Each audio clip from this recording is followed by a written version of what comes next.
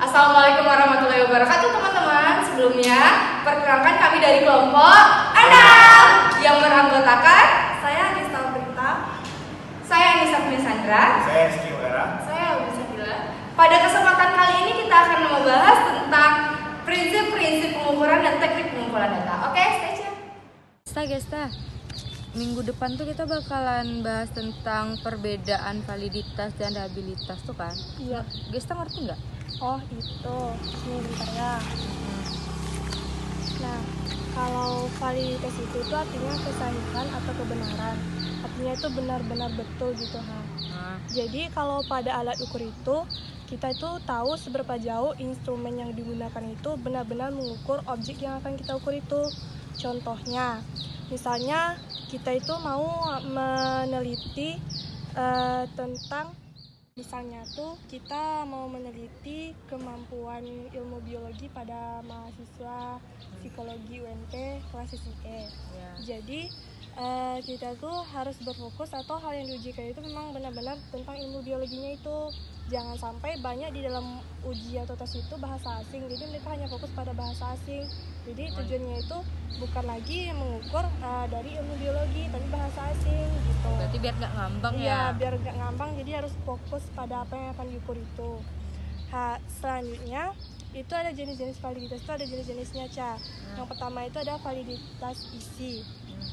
Validitas ini itu merupakan model dasar dalam penelitian. Artinya kalau di bagian isi suatu penelitian itu sudah valid, itu dia udah mewakilkan aspek lain yang akan diukur lagi. Alat ukur ini itu maksudnya di validitas isi ini alat ukurnya itu harus sesuai dengan objek isi yang akan diukur. Contohnya itu isi penelitian itu kita mau meneliti hubungan antara motivasi dan percaya diri terhadap hasil belajar.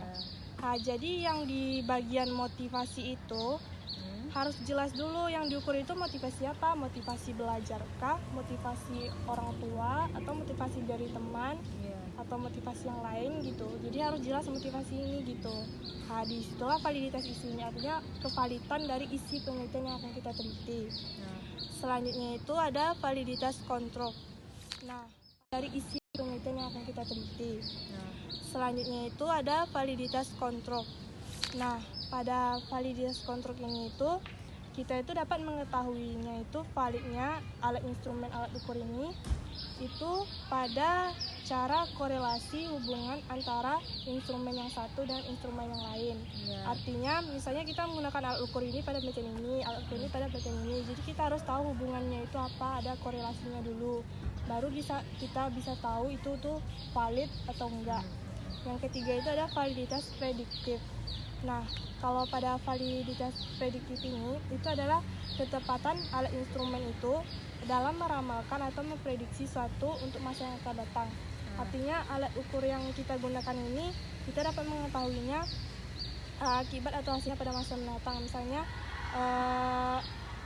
prediksi mengenai cuaca terhadap lakunya es cendol gitu.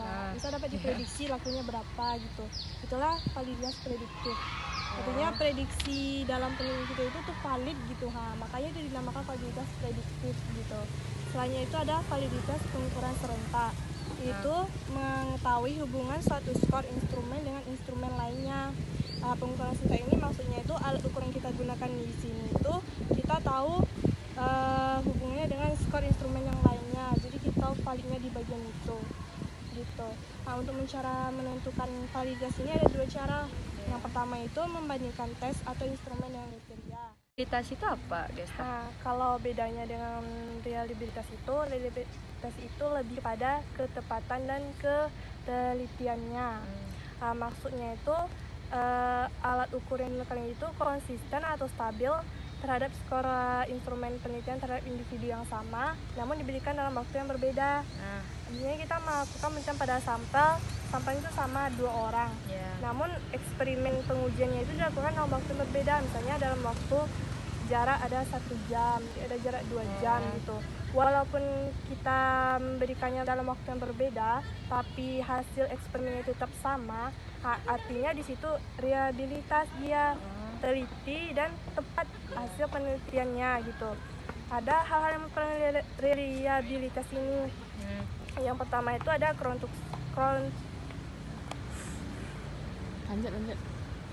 Yang penting hayu meluncur. Yang pertama itu ada konstruksi butir. Yang kedua, panjangnya suatu instrumen. Ketiga, penilaian yang subjektif. Yang keempat, ketidaktepatan waktu. Yang kelima, tingkat kemampuan dalam kelompok itu. Yang pertama itu ada konstruksi butir. Yang kedua, panjangnya suatu instrumen. Ketiga, penilaian yang subjektif. Yang keempat, ketidaktepatan waktu. Yang kelima, tingkat kemampuan dalam kelompok itu. Terus, penyebaran kelompok responden. Cara menentukannya itu ada 3. Yang pertama itu ada namanya metode belah 2, terus metode ulangan, dan metode bentuk paralel. Jadi gitu ya. Jadi intinya beda validitas sama reliabilitas itu, kalau validitas itu lebih kepada kesahihan atau kebenaran. Validnya suatu hasil penelitian kita itu, alat ukur yang digunakan itu valid penelitian kita. Kalau yang reliabilitas itu hasilnya itu tepat. Jadi reliabilitas itu ketepatan alat ukur itu kepada sampel yang kita berikan. Gitu, Ca. Oke guys, terima kasih. Ya, sama. Arti yang alat ukur dari metode yang ada dalam penelitian ini apa aja tuh? Oh, jadi metode dalam penelitian itu salah satunya itu ada yang namanya sosiometri. Nah, kalau sosiometri itu adalah metode pengumpulan data yang mengenai preferensi atau pilihan individu dalam satu kelompok. Nah, misalkan Maudri di dalam satu kelompok tuh ada 5 orang nih, 5 orang. Anggap namanya Audrey. Terus ada Ica, ada Aga, terus ada Tavi, terus ada Gesta kan. Terus dari 5 orang ini kita suruh pilih, menurut kamu lebih senang teman sama siapa sih gitu kan. Terus mereka ini bakalan nentuin pilihan. Contohnya Audrey lebih senang teman sama Audrey ini kita ibaratkan 1 ya, Ica 2, 3, 4, 5. Nah kayak Audrey ini lebih senang teman sama siapa? 2 orang. Contohnya Audrey itu lebih senang teman sama Ica berarti ini 1. Terus Audrey lebih senang teman sama si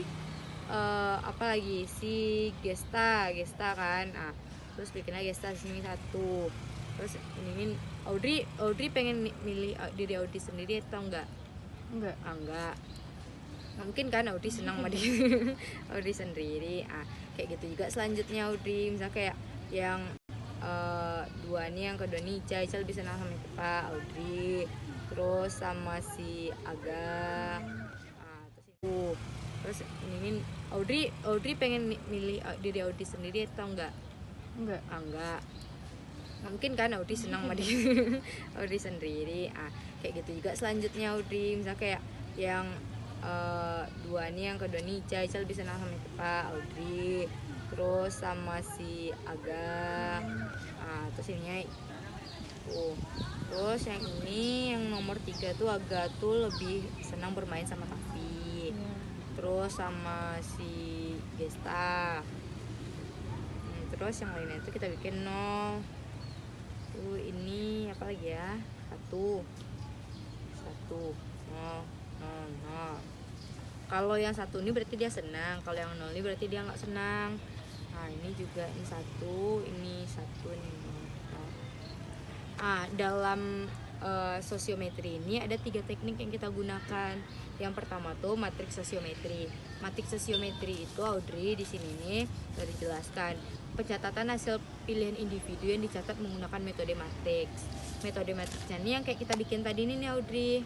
Kayak gini, misalkan kan dicatat nih. Berarti dari sini nih bisa kita tentuin siapa sih yang menjadi favorit bagi teman-teman di sini nih. Mana yang paling banyak nih? Mana yang paling banyak? Sama aja. Gak ada yang paling banyak, ada yang unggul.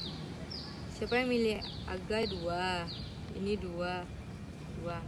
Sama aja berarti antara mereka tuh. Misalkan kayak contohnya Audrey, ada 3 orang yang milih Audrey, yang senang berteman sama Audrey, berarti di pencatatan matriks ini berarti teman-teman tuh cenderung untuk suka berteman sama Audrey gitu kan. Itu di metode matriks. Terus ada metode yang kedua nih Audrey, namanya sosiogram. Sosiogram ini kan pencatatan hasil pilihan individu itu yang dicatat menggunakan diagram sosiometri. Diagram sosiometri ini hampir sama kayak dulu Audrey pernah belajar kayak rantai makanan enggak? Yang garis-garis gitu loh. Contohnya tuh kayak gini loh. Nih. Jadi misalkan tadi ini ada Ica, ini ada Audrey, ini ada Gesta, ini ada Aga, ini ada Tafi. Tadi coba lihat dari contohnya, Audrey itu senang berteman sama Ica dan Tafi. Berarti panahnya di sini nih Audrey, Ica, dan Tafi. Nah, kalau Ica tadi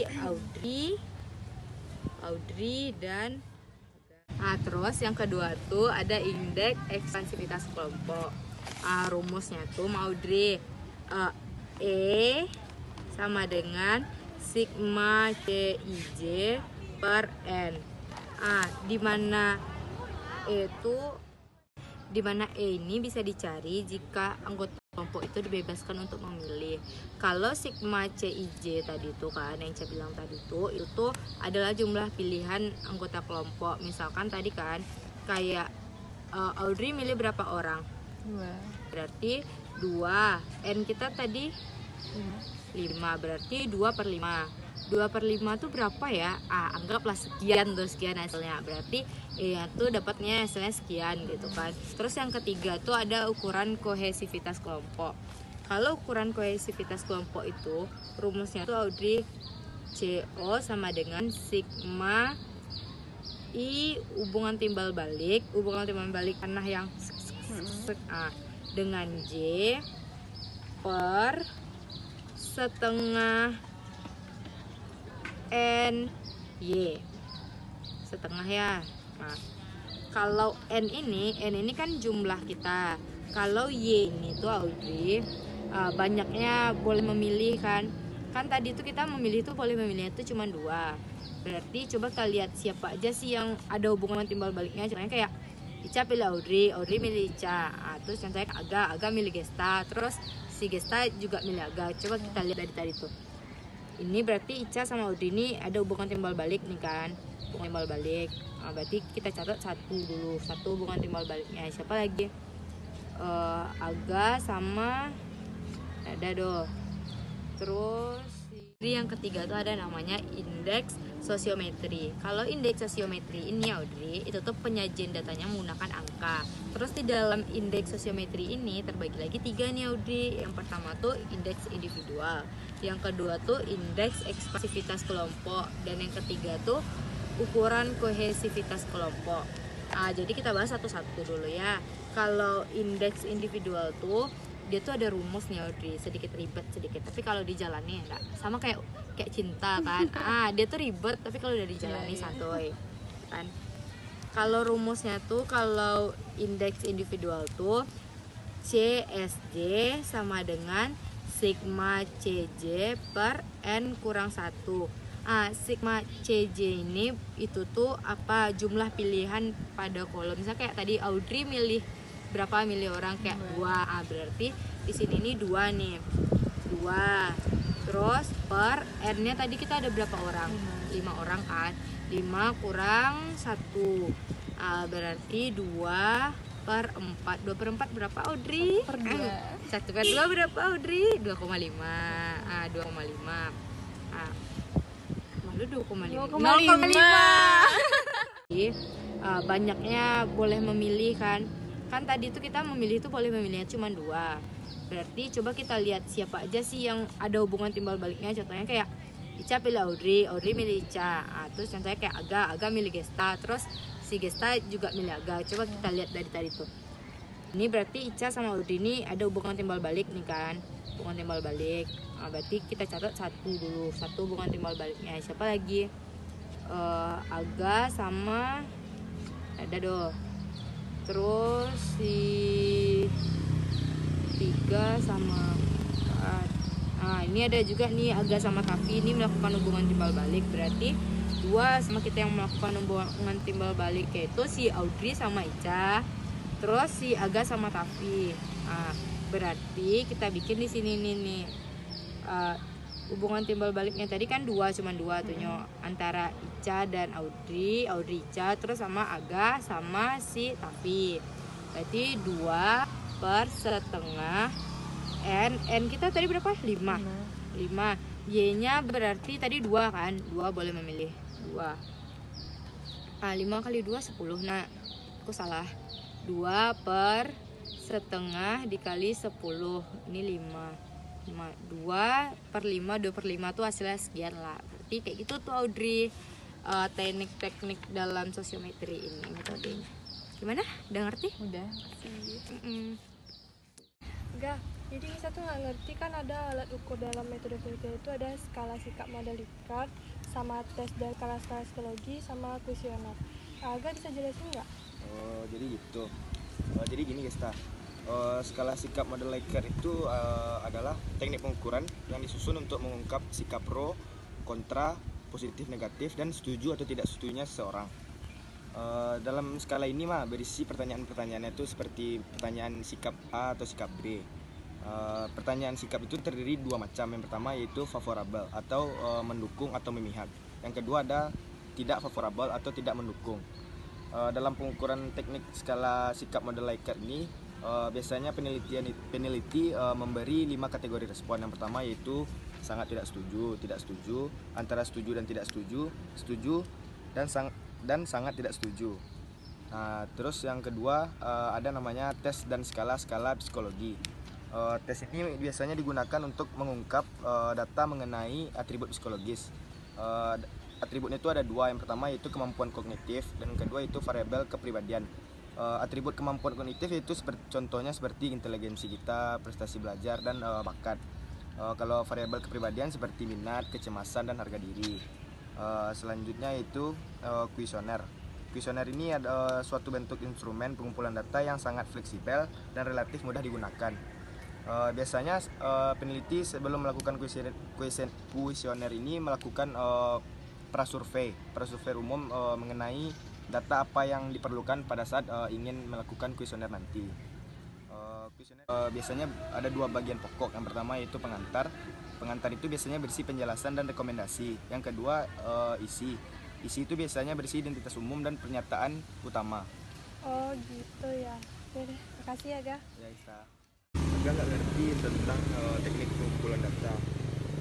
Audrey ngerti nggak tentang teknik pengumpulan data? Oh, kalau teknik pengumpulan data itu yang pertama ada kuesioner.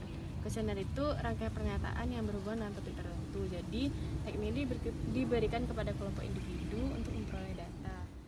Nah, kalau kita pakai teknik itu tuh kita bisa mengumpulkan data yang lebih banyak, tapi waktunya itu singkat. Oh, gitu. Jadi, tujuannya itu memperoleh informasi yang lebih relevan dengan tujuan penelitian. Terus tujuan mengumpulkan informasi dengan rehabilitasi dan validasi yang tinggi. Jenis-jenisnya tuh kalau dari segi isi ada pertanyaan fakta informasi, pendapat dan sikap, dan pertanyaan perilaku. Kalau ada juga kuesioner terbuka, tertutup, sama terbuka tertutup. Kalau tertutup itu kita jawabannya sudah ditentukan terlebih dahulu. Kalau terbuka kita beri kesempatan kepada responden untuk mengemukakan pendapatnya kepada data apa yang kita bikin. Bukan tertutup ini, dia itu kita pakai data ini kita bisa menutupi yang kuesioner tertutup dan terbuka kekurangannya gitu. Selanjutnya itu ada yang skala ini sering digunakan untuk pengumpulan data. Di skala ini ada 4, skala Likert, skala Thurston, sama Goodman, terus skala perbedaan sistematik. Kalau skala Likert ini bentuknya kayak butir soal, jadi responden itu cuma memberikan setuju atau tidak setuju sama butir soal tersebut. Terus skala Thurston disusun dalam interval yang sama dan menggunakan pertimbangan dalam menyusunnya. Skala Goodman ini skalanya kumulatif dan ordinal, cuma mengukur satu dimensi dari satu variabel. Terus yang terakhir ada skala perbedaan semantik, ini mengukur pengertian seseorang tentang konsep tersebut. Yang terakhir dalam teori pengumpulan data itu ada tes. Kalau peneliti ingin mengungkapkan kemampuan seseorang, misalnya dia mau tes bakat, berarti yang harus dipakai itu tes bakat gitu. Tes bakat. Kalau seseorang ingin tes dalam belajar, maka dia itu peneliti harus menggunakan metode tes belajar. Ngerti agak? Makasih ya Audrey. Iya. Hasil presentasi dari kami, mohon maaf apabila ada kesalahan, diakhiri dengan kata Assalamualaikum warahmatullahi wabarakatuh.